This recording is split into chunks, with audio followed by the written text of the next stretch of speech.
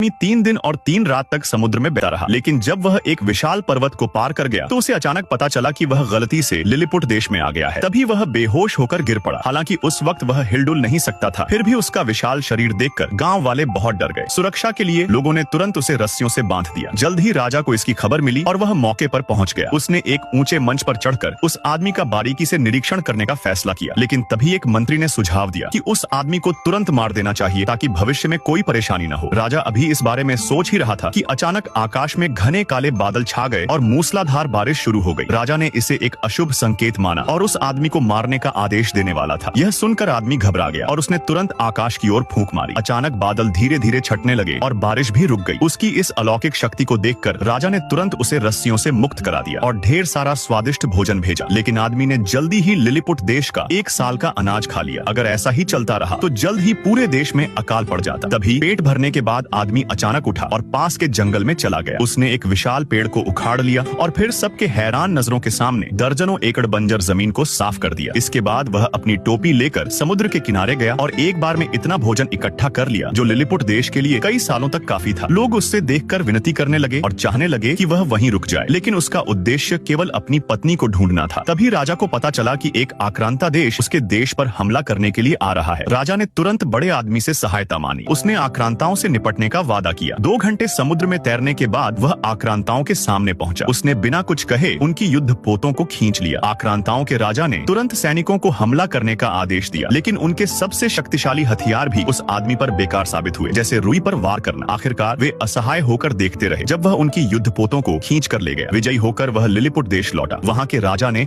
उसे एक पदक दिया और उसे शहर में कहीं भी स्वतंत्र रूप से आने जाने की अनुमति दी। साथ ही उसे कुलीनों जैसा सम्मान दिया। लेकिन जल्द ही राजा को यह डर सताने लगा कि वह आदमी बहुत शक्तिशाली हो गया है, इसलिए उसने उसे मारने की योजना बनाई। तभी महल में अचानक आग लग गई, जिसमें राजा और रानी फंस गए। संकट के इस समय में आदमी ने समुद्र से एक बड़ा घूंट पानी लिया और आग की ओर निशाना साधकर उसे बुझा दिया। लेकिन इस घटना ने राजा को लोगों के सामने शर्मिंदा कर दिया। गुस्से में उसने तुरंत सैनिकों को आदमी को घेरने का आदेश दिया। एक मंत्री ने दौड़कर आदमी को इस साजिश की खबर दी। यह सुनकर वह बहुत निराश हुआ। उसने न केवल आक्रांताओं को हराकर राजा की मदद की थी, बल्कि अभी अभी उसकी जान भी बचाई थी। फिर भी राजा ने उसके साथ ऐसा व्यवहार किया। निराश होकर वह नाव लेकर लिलीपुट देश छोड़कर चला गया।